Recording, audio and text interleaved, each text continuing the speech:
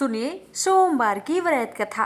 पुराणों के अनुसार सोमवार के दिन जो भक्त शिव शंभू की पूजा करता है वह हर प्रकार की समस्याओं से दूर रहता है। शिव जी की उपासना करने से घर में माता लक्ष्मी की कृपा हमेशा बनी रहती है। आर्थिक समस्याओं से भी शिव के भक्तों को छुटकारा मिलता है। शिव पूजन के बाद कथा अवश्य सुननी चाहिए। सोमवार व्रत कथा। किसी नगर में एक धनी व्यापारी रहता था। दूर दूर तक उसका व्यापार फैला हुआ था। नगर के सभी लोग उस व्यापारी का सम्मान करते थे।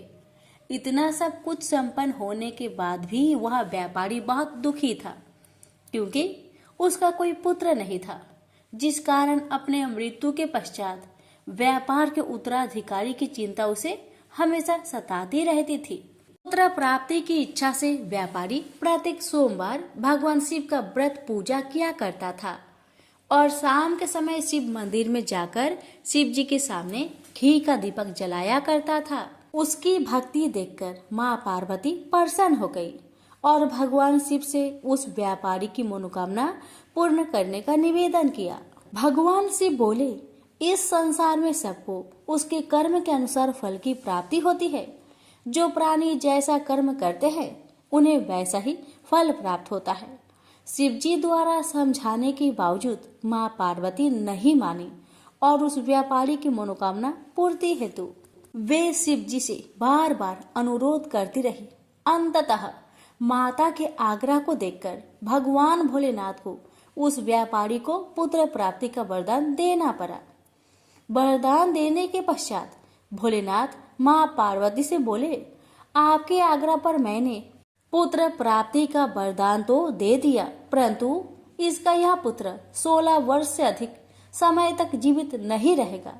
उसी रात भगवान शिव उस व्यापारी के स्वप्न में आए और उसे पुत्र प्राप्ति का वरदान दिया और उसके पुत्र की 16 वर्ष तक जीवित रहने की भी बात बताई। भगवान के वरदान से व्यापारी को खुशी तो हुई, लेकिन पुत्र की अल्पायु की चिंता ने उस खुशी को नष्ट कर दिया। व्यापारी पहले की तरह सोमवार के दिन भगवान शिव का विधिवत व्रत करता रहा। कुछ महीनों के बाद उसके घर एक अति सुंदर बालक ने जन्म लिया और घर में खुशियां ही खुशियां भर गई। बहुत धूमधाम से पुत्र जन्म का समारोह मनाया गया, परंतु व्यापारी को पुत्र जन्म की अधिक खुशी नहीं हुई, क्योंकि उसे पुत्र की अल्प आयु के रहस्य का पता था। जब पुत्र 12 वर्ष का हुआ तो व्यापारी ने उसे उसके मामा के साथ पढ़ने के लिए बनारसी भेज दिया। लड़का अपने मामा के साथ शिक्षा प्राप्त हेतु चल दिया। रास्ते में जहाँ भी मामा भांजे विश्राम हेतु रुकते, वहीं यज्ञ करते और ब्राह्मणों को भोजन कराते। लंबी यात्रा के बाद मामा भांजे एक नगर में पहुँचे। उस दिन नगर के राजा की कन्या का विवाह था, जिस कारण पूरे नगर को सजाया गया था। निश्चित समय पर बारात आ गई, लेकिन वर का पिता अपने बेटे के एक आंख से काने होने के कारण बहुत चिंतित था। उसे भय था कि इस बात का पता चलने पर कहीं राजा विवाह से इनकार न कर दे, इससे उसकी बदनामी भी होगी। जब वर के पिता ने व्यापारी के पुत्र को देखा तो उसके मस्तिष्क में एक विचार आया। उसने सोचा, क्यों ना इस लड़के को दुल्हा बनाकर राजकुमारी से विवाह करा दूं। विवाह के बाद इसको धन देकर विदा कर दूंगा और राजकुमारी को अपने नगर ले जाऊंगा। वर के पिता ने लड़के के मामा से इस संबंध में बात की। मामा ने धन मिलने की लालच में वर के पिता की बात को स्वीकार कर ली। लड़के को दूल्हे का वस्त्र पहनाकर राजकुमारी से विवाह कर दिया गया। राजा ने बहुत सारा धन देकर राजकुमारी को विदा किया। शादी के बाद लड़का जब राजकुमारी के साथ लौट रहा था तो वह सच नहीं छिपा सका और उसने राजकुमारी के ओढ़ने पर लिख दिया, राजकुमारी, तुम्हारा विवाह मेरे साथ हुआ था। मैं तो बनारसी पढ़ने के लिए जा रहा हूँ और अब तुम्हें जिस नवयुवक की पत्नी बनना पड़ेगा वह कान्हा है। जब राजकुमारी ने अपनी ओढ़नी पर लिखा हुआ पढ़ा तो उसने कान्हे लड़के के साथ जाने से इनकार कर दिया। राजा को जब ये सब बातें पता लगी तो उसने राजकुमारी को महल में ही रख लिया। उधर लड़का अपने मामा के साथ बनारसी पहुंच गया और गुरुकुल में पढ़ना शुरू कर दिया। जब उसकी आयु 16 वर्ष की हुई तो उसने यज्ञ किया। यज्ञ की समाप्ति पर ब्राह्मणों को भोजन करवाया और खूब अन्य वस्त्र दान किए। रात को वह अपने शयन कक्ष में सो गया। शिव के वरदान के अनुसार शयन अवस्था में ही उसके प्राण पेखरू उड़ गए। सूर्योदय पर मामा मृत भांजे को देखकर रोने पिटने लगा। आसपास के लोग भी एकत्र होकर दुख प्रकट करने लगे। लड़के के मामा के रोने विलाप करने के स्वर समीप से गुजरते हुए भगवान शिव और माता पार्वती ने भी सुने। माता पार्वती ने भगवान से कहा, प्राणनाथ, मुझे इसके रोने का स्वर सहन नहीं हो रहे, आप इस व्यक्ति के कष्ट को अवश्य दूर करें। भगवान शिव ने माता पार्वती के साथ अदृश्य रूप में समीप जाकर देखा तो भोलेनाथ माता पार्वती से बोले, यह तो उसी व्यापारी का पुत्र है जिसे मैंने 16 वर्ष की आयु का वरदान दिया था। इसकी आयु पूरी हो गई है। माँ पार्वती ने फिर भगवान शिव से निवेदन कर उस बालक को जीवन देने का आग्रह किया। माता पार्वती के आग्रह पर भगवान शिव ने उस लड़के को जीवित होने का वरदान दिया और कुछ ही पल में वह जीवित होकर उठ बैठा। शिक्षा समाप्त करके लड़का मामा के साथ अपने नगर की ओर चल दिया। दोनों चलते हुए उसी नगर में पहुंचे जहां उसका विवाह हुआ था। उस नगर में भी यज्ञ का आयोजन किया। समीप से गुजरते हुए नगर के राजा ने यज्ञ का आयोजन देखा और उसने तुरंत ही लड़के और उसके मामा को पहचान लिया। यज्ञ के समाप्त होने पर राजा मामा और लड़के को महल में ले गया और कुछ दिन उन्हें महल में रखकर बहुत सा धन वस्त्र आदि देकर राजकुमारी के साथ विदा कर दिया।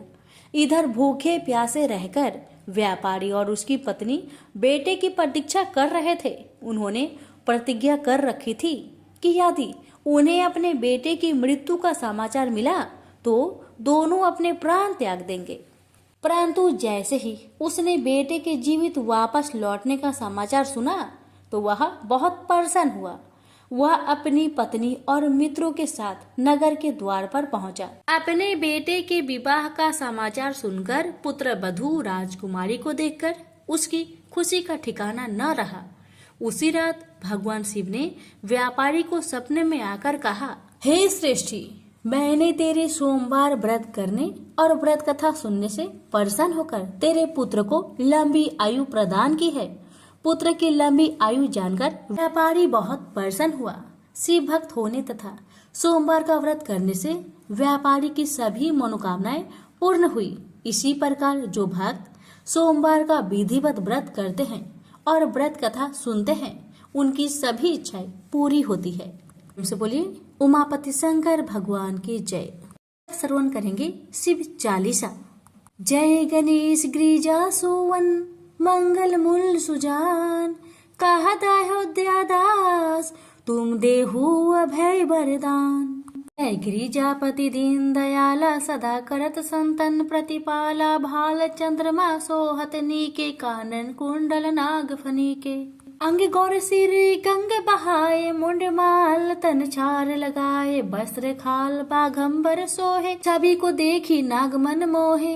मैना मातु की हवी दुलारी, बाम अंग सोहत छवि न्यारी, कर त्रिशूल सोहत छवि भारी, करत सदा शत्रुन क्षयकारी। नंदी गणेश सोहे तह कैसे, सागर मध्य कमल है जैसे। कार्तिक श्याम और गणराव या छवि को कहे जात न काऊ। देवन जब ही जय पुकारा, तब ही दुख प्रभु आप निवारा।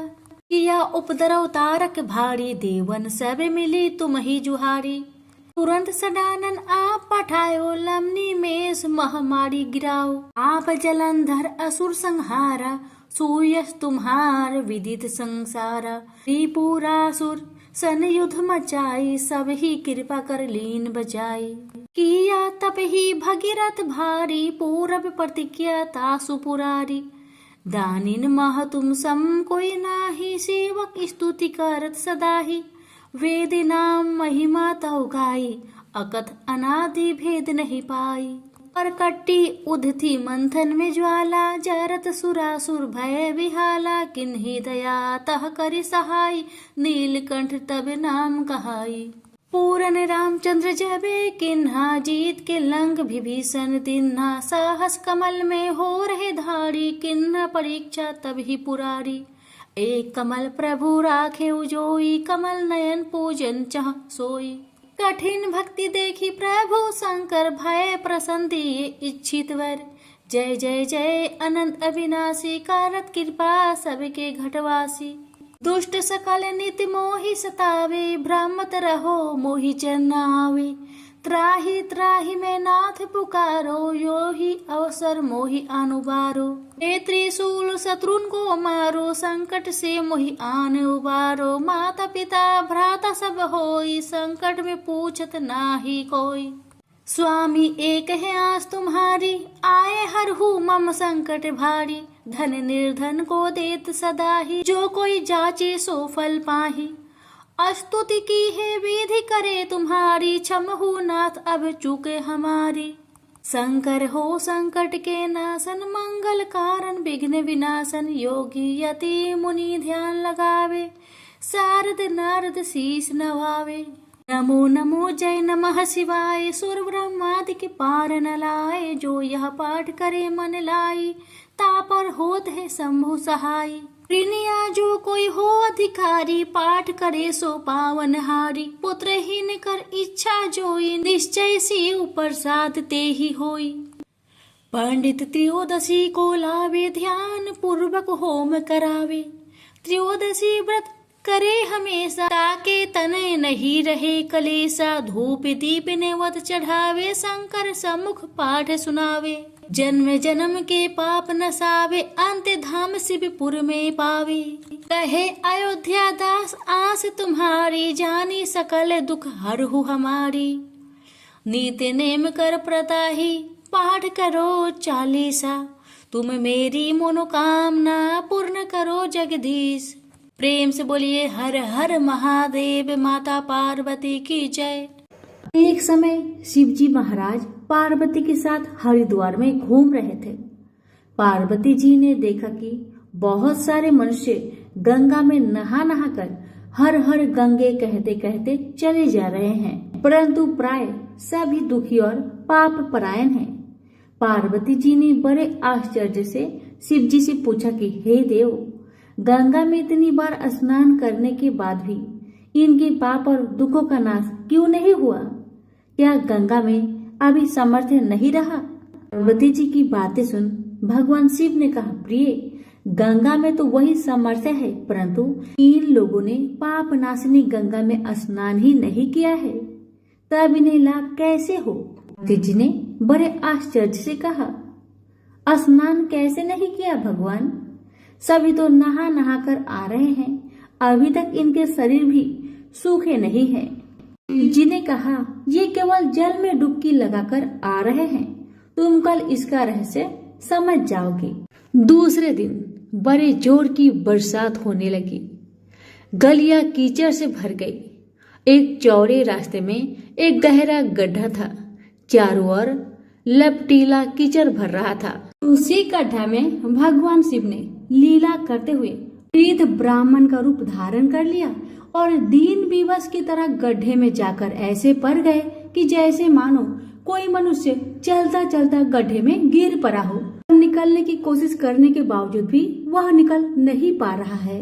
पार्वती जी को भगवान शंकर ने समझाकर गड्ढे के पास बैठा दिया कि देखिए देवी, आप लोगों को सुना सुनाकर यूं पुकारती रहिए कि मेरे वृद्ध पति अकस्मात गलती से गड्ढे में गिर पड़े हैं, कोई पुण्य आत्मा ही इन्हें निकालकर इनके प्राणों की रक्षा करे। इस प्रकार आप बार बार कहते रहिएगा। भगवान के कहे अनुसार माता पार्वती ने किया। भगवान ने इतना भी कहा कि जब कोई मुझे बचाने की कोशिश करे तो आप उसे इतना कह दीजिएगा, मेरे पति सर्वथा निष्पाप है, इन्हें वही छुए जो स्वयं निष्पाप हो। यदि आप निष्पाप है तभी आप मेरे पति को हाथ लगाइए, नहीं तो हाथ लगते ही आप भस्म हो जाएंगे। पार्वती जी ने भगवान की बात को ध्यान में रखकर गड्ढे के किनारे पर बैठ गई और आने जाने वालों को सुना सुनाकर शिव जी की सिखाई हुई बात कहने लगी। गंगा में नहाकर लोगों के दल आ रहे थे। सुंदरी महिला को यूं बैठी देखकर कईयों का मन में पाप आया। कई लोग लज्जा से डरे, कईयों को कुछ धर्म का भय हुआ, कई कानून से डरे। कुछ लोगों ने तो पार्वती जी को यह भी सुना दिया कि मरने दे बूढ़े को, क्यों उनके लिए रोती है। आगे और कुछ दयालु सच्चा चरित्र पुरुष थे। उन्होंने करुणावश युवती के पति को निकालना चाहा, परंतु पार्वती के वचन सुनकर वे भी रुक गए। उन्होंने सोचा कि हम गंगा में नहाकर आए तो हैं, क्या हुआ, पापी तो है ही, कहीं होम करते समय हमारा हाथ ना जल जाए। किसी को भी भेष रूपी शंकर को निकालने का साहस नहीं हुआ। सैकड़ों आए, सैकड़ों ने पूछा और चले गए। संध्या हो चली। शिव जी ने कहा, देखिए पार्वती जी, आपने देखा कोई है गंगा नहाने वाला यहाँ पर? थोड़ी देर बाद एक जवान हाथ में लोटा लेकर हर हर गंगे करता हुआ निकला। पार्वती ने उसे भी वही बात कही। युवक का हृदय करुणा से भर आया। उसने शिव जी को निकालने की तैयारी की। पार्वती ने रोकर कहा कि भाई, यदि तुम सर्वथा निष्पाप नहीं हो तो मेरे पति को छूते ही जल जाओगे। उस युवक ने उसी समय बिना किसी संकोच के दृढ़ निश्चय के साथ पार्वती जी से कहा, माते, मेरे निष्पाप होने में तुम्हें क्यों संदेह होता है? देखती नहीं मैं अभी गंगा नहाकर आया हूँ। भला गंगा में गोता लगाने के बाद भी कभी पाप रहते हैं? तेरे पति को मैं निकालता हूँ।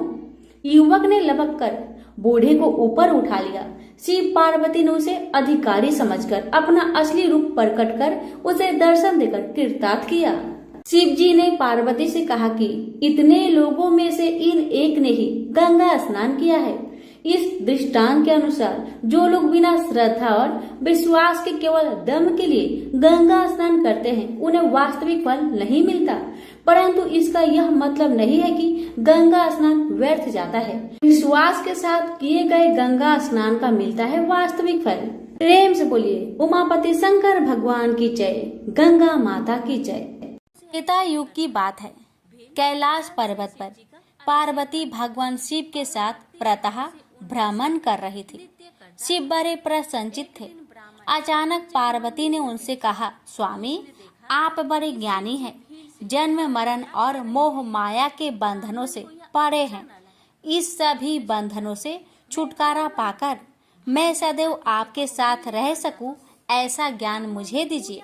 पार्वती जी की इस इच्छा पर भगवान शिव मुस्कुराकर बोले, ठीक है, मैं तुम्हें वह ज्ञान अवश्य दूंगा, किंतु इसके लिए कोई ऐसा एकांत स्थान खोजना होगा जहां हम दोनों के अलावा कोई तीसरा ना हो।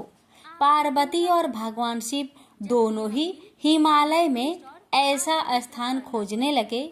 घूमते घूमते वे उत्तरी हिमालय के अत्यंत मनोरम स्थान पर जा पहुँचे।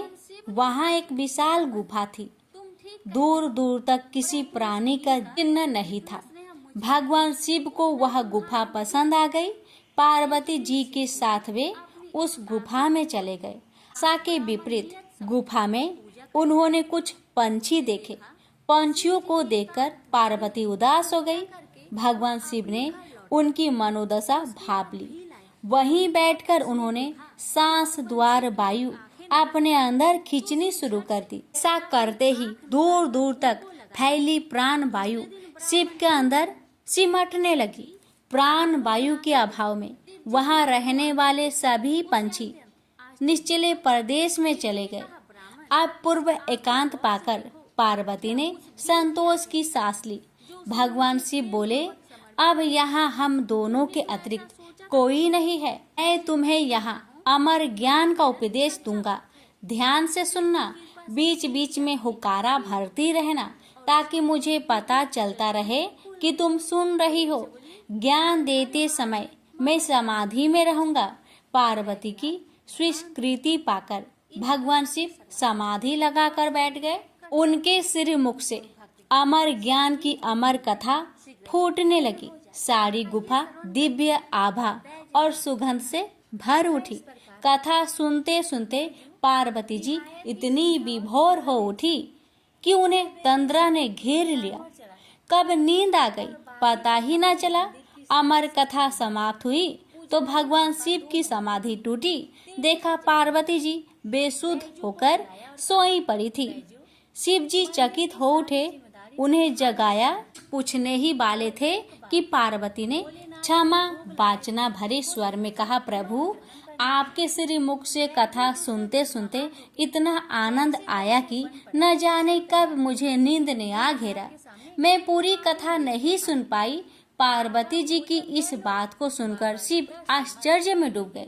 बोले, कथा कहते कहते मैं बीच बीच में हुक्कारा सुन रहा था और मुझे लग रहा था कि तुम कथा सुन रही हो। तुम सो गई थी तो फिर अंत तक हुक्कारा कौन भरता रहा? बात से पार्वती भी चौंकी। भगवान शिव ने इधर उधर देखा तो गुफा की छत में एक कोटर दिखा। उस कोटर से कबूतर की बच्चों का एक जोड़ा उन्हें नीचे झांकता हुआ दिखाई दिया। बहुत सीमित प्राण वायु के वातावरण में उन कपूत शिशुओं को देखकर शिव को आश्चर्य हुआ। उन्होंने सोचा कि ये कोई मायावी जीव हैं जो कपोत शिशु के रूप में अमर कथा सुनते रहे। भगवान शिव ने कुपित होकर पूछा, कौन हो तुम? भेष में यहाँ क्या कर रहे हो? कबूतर के बच्चों में से एक बोला, भगवान हम यहाँ इस कटोर में अंडज रूप में थे। जब आपने यहाँ की प्राण वायु को अपने में समेट लिया तो मेरी माँ यहाँ से उड़ गई। हम अंडे से बाहर निकले तो आपकी अमर कथा यहाँ गूंज रही थी। इस कथा के प्रभाव से हम में इतनी शक्ति आ गई कि कथा सुनते हुए हम हुक्कारा भरते रहे। प्राण वायु के अभाव का हम पर असर नहीं हुआ। कबूतर के बच्चों की बात सुनकर शिव प्रसन्न होकर बोले, तुम अमर कथा के सच्चे पात्र थे जो पूरी कथा सुन सके। तुम अमर हुए। इस स्थान पर जहाँ किसी अन्य जीव जंतुओं का स्थायी रूप से रहना संभव नहीं होगा, वहाँ तुम दोनों सदा निवास करोगे। शिव और पार्वती तो वहाँ से चले गए, पर शिव के पार्थिव रूप में हिमलिंग उस गुफा में निर्मित हो गया। वही क्षेत्र अमरनाथ कहलाता है। आज भी अमरनाथ की पवित्र गुफा में कबूतर के जोड़े रहते हैं जो कभी कभी यात्रियों के कोलाहल से डर से निकलकर उड़ते हुए दिख जाते हैं। प्रेम से बोलिए हर हर महादेव। यह बात उस समय की है जब समुद्र मंथन से निकला अमृत कलश दैत्य एक दूसरे के हाथों से छीन रहे थे। इसी बीच एक मनोरम स्त्री उनके बीच में चली आई।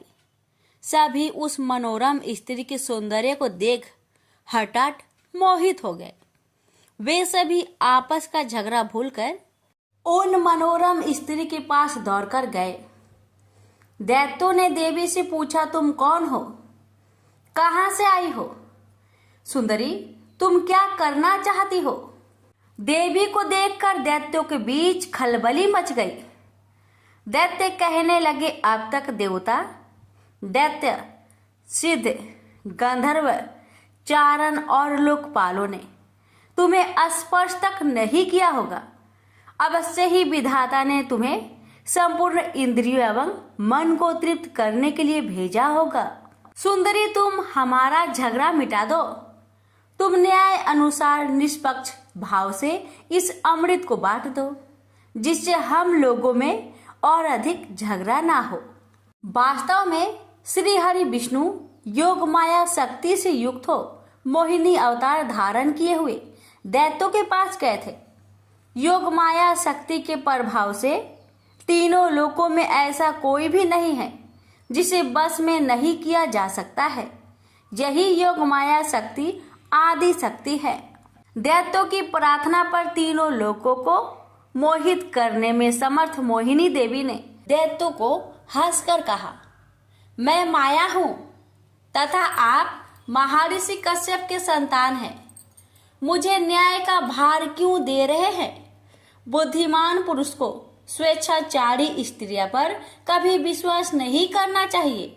मोहिनी देवी की परिहास भरी वाणी दैत्यों को और अधिक आश्वस्त कर गई।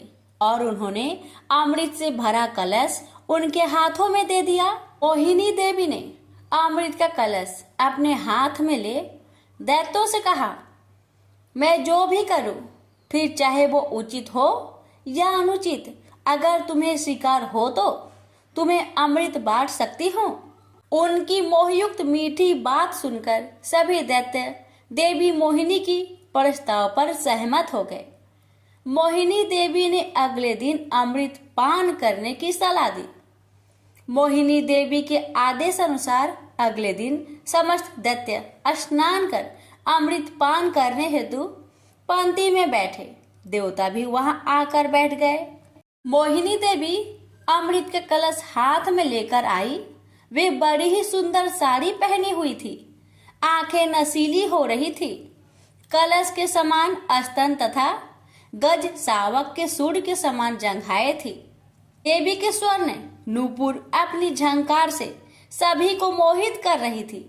सुंदर कानों में कुंडल थे तथा उनकी नासिका कपोल तथा मुखा रविंद्र बहुत ही मनोरम थे।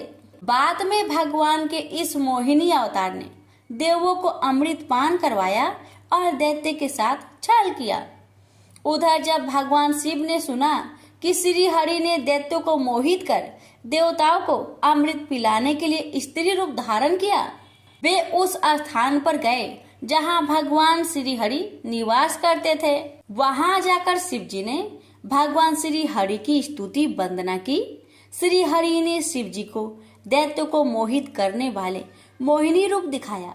एकाएक शिव जी एक रंग बिरंगे फूलों से भरे पूरे उपवन में पहुंच गए। वहां उन्होंने बड़ी ही सुंदर परिधान पहने हुए, कमर में कमरधनी पहने एक सुंदर स्त्री को कीड़ा करते हुए देखा। उन देवी ने लज्जा भाव से मुस्कुराकर तिरछी नजर से शिव जी की ओर देखा।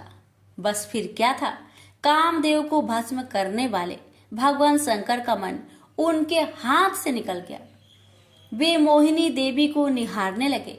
उनकी चितवन के रस में डूब शिव जी इतने भावातुर हो गए कि उन्हें अपने आप की भी सुध न रही। जहां भगवान शंकर की मोहिनी देवी पर आंखें लग जाती थी, लगी ही रहती थी तथा उनका मन वही रमन करने लगता था। वे मोहिनी देवी के अत्यंत आकृष्ट हो गए। उन्हें मोहिनी भी अपने प्रति आसक्त जान पड़ती थी। उनके हाव भाव के शिव जी का विवेक शून्य हो गया था तथा वे कामातुर हो गए थे। अपने बैरी कामदेव से मानो परास्त होकर महादेव जी विष्णु के मायामयी मोहिनी रूप को जानकर भी पीछे पीछे दौड़ने लगे। पार्वती जी का ख्याल त्याग कर शंकर मोहिनी के पीछे लग गए। उन्होंने उन्मत्त होकर मोहिनी के केस पकड़ लिए। मोहिनी अपने केसों को छुड़वाकर फिर वहां से चल दी। शंकर फिर उसके पीछे पीछे दौड़ने लगे। उस समय पृथ्वी पर जहां जहां भगवान शंकर का वीर्य गिरा, वहां वहां शिवलिंगों का क्षेत्र एवं स्वर्ण की खाने हो गई।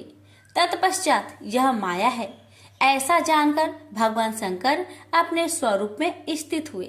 प्रेम से बोलिए विष्णु भगवान की जय, उमापति शंकर भगवान की जय। शिव जी की आरती।